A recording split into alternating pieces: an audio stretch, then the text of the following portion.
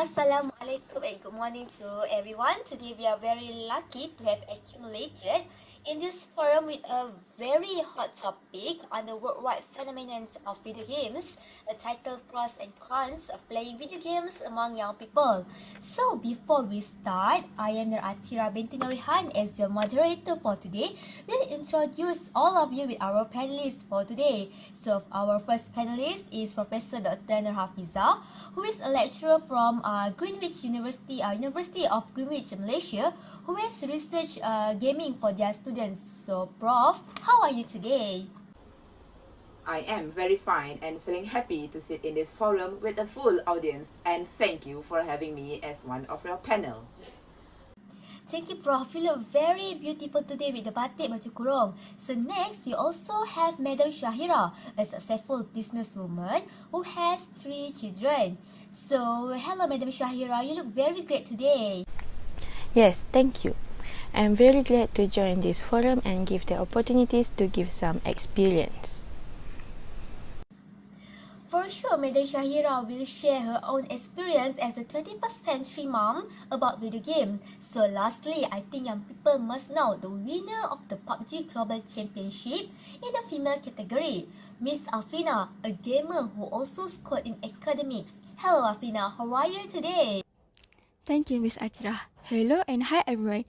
I feel so lucky and feel excited to be a part of this forum. Wow, I'm feeling very energetic from our young panel. Thanks to Afina. So I see our panel is very eager to share their views and ideas. So let us start with the first question that always plays on our mind. So Prof. Dr. Hafiza, you are already doing research among young people in the video games arena. So based on your research, what are your thoughts on video games? As we all know that a recent study found that 7,000 online gamers experience addictive symptoms while playing video games. Thank you to our excellent MC, Miss Atira. As we know that electronic entertainment devices like video games always have a negative stigma and bad effect of playing it. However, new research shows that not all gaming is bad. Video games can help the brain in improved ability to switch between tasks and better information processing.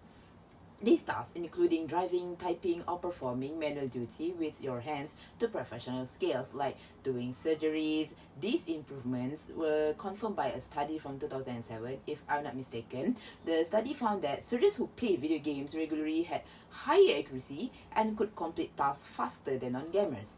Nevertheless, spending a long time in front of a screen playing games can impact the teenagers' ability to concentrate on other tasks like college or study that they might have trouble focusing on a lecture in a classroom setting.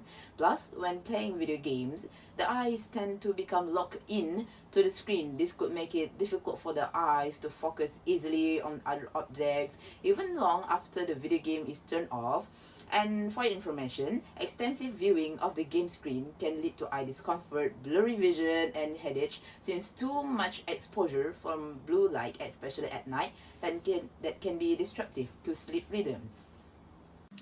Thank you, Prof, for the amazing knowledge that can open our eyes as citizens about the benefits and the drawbacks of video games. So next, for Madam Shahira, you're being a mom for 3 children around 12, 15 and 7 years old that we can categorize them as young people. So what do you see as a mom the effect of video games in their daily life? And especially in the today's world, there are many addiction to video games, or as we call it as internet gaming disorder, IGD. Thank you to our esteemed MC. Me as a mother, in my perspective, these video games can have a bit of negative impact on my children as it will impact on health issues. It is because spending too much time playing video games rather than engaging in physical activities can be harmful to a child's health in several ways.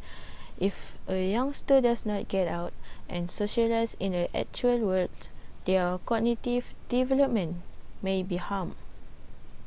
Constantly sitting in one spot and playing video games for long period of times may lead to obesity, weaken muscle and joints, make hands and fingers numb from overexertion, and according to many studies, it can even impair vision.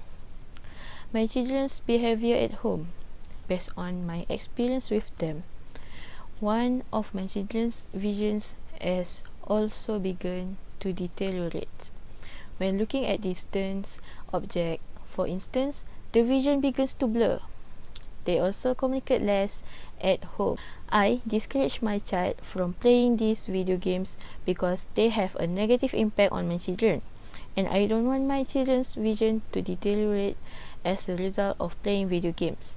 It will also have an impact on their learning as they are more usually interested in playing video games rather than finishing their teacher's assignment.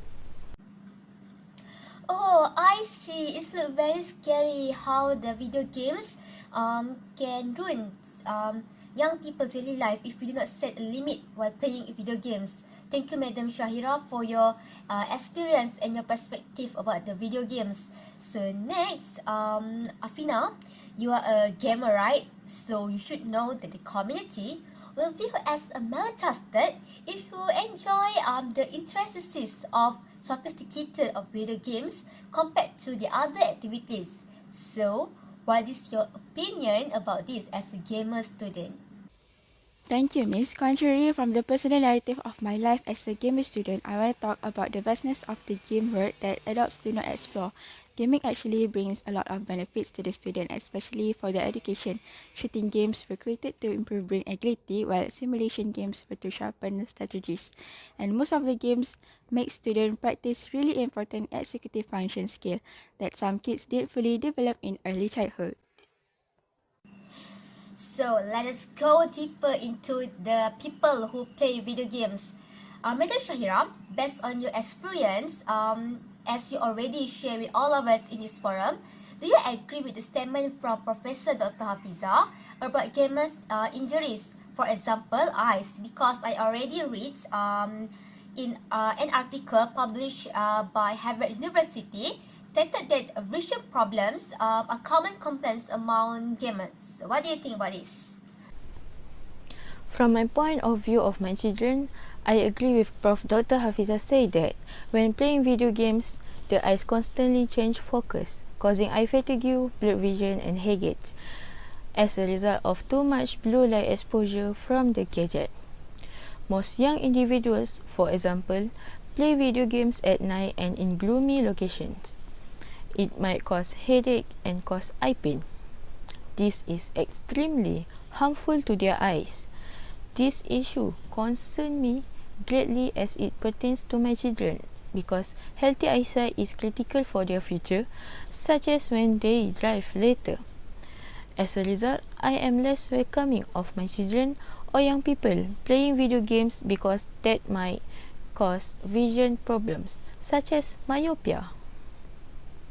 Thank you, Madam Shahira. I am pretty sure you as a mom want a healthy and productive life for your children. So, next, let us take our forum to hear from young people themselves about video games.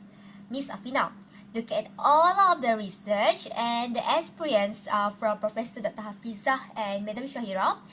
So, what is your perspective, especially in this epidemic of loneliness due to the COVID-19 pandemic, where gaming is one way to connect with people outside? I welcome Madam Shahira's input to the discussion as I always learn something from your common sense wisdom. But you cannot blame video games for affecting their health due to the negative impact on eyesight. Game developers created the dark mode to decrease eye strain and dry eye for some people who spend a lot of time staring at screens. In fact, video games have benefit towards young people's health, which is reducing the amount of them feeling stressed out or getting anxious. For example, a night owl student had been staying up all night just to finish the task or doing revision on some hard chapters in the syllabus. In the daytime, the student tends to play video games with their virtual friend.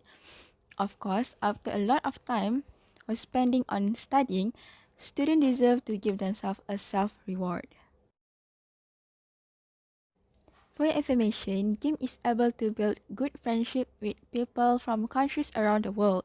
It is called social development.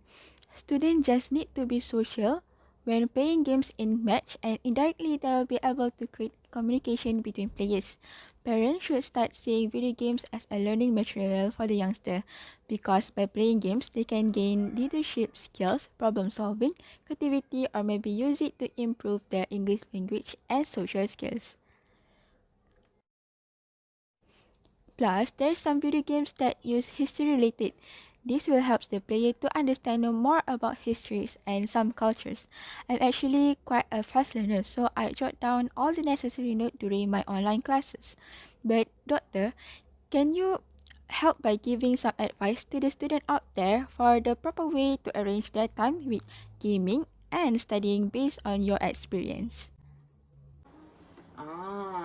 I see what Miss Afina mean, and I agree with the leadership skill and problem solving, because some games have to cooperate with other players, make yourself to think and decide quickly based on whatsoever information you receive from the game itself, and in order to win in those games, right? And this can create a good team building and establishing social connections that make you able to communicate or give a command to your teammates so that they can easily understand what you're trying to say.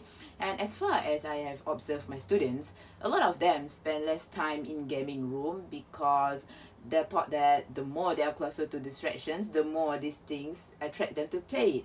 And also they put limit while playing games by set a timer for them to play like in about 2 to 3 hours like that, and the rest of the times and the rest of the hours they can do tutorial, doing exercise, studying, went to library, joining a group project, or doing a group discussion with their friends and so on. Yeah.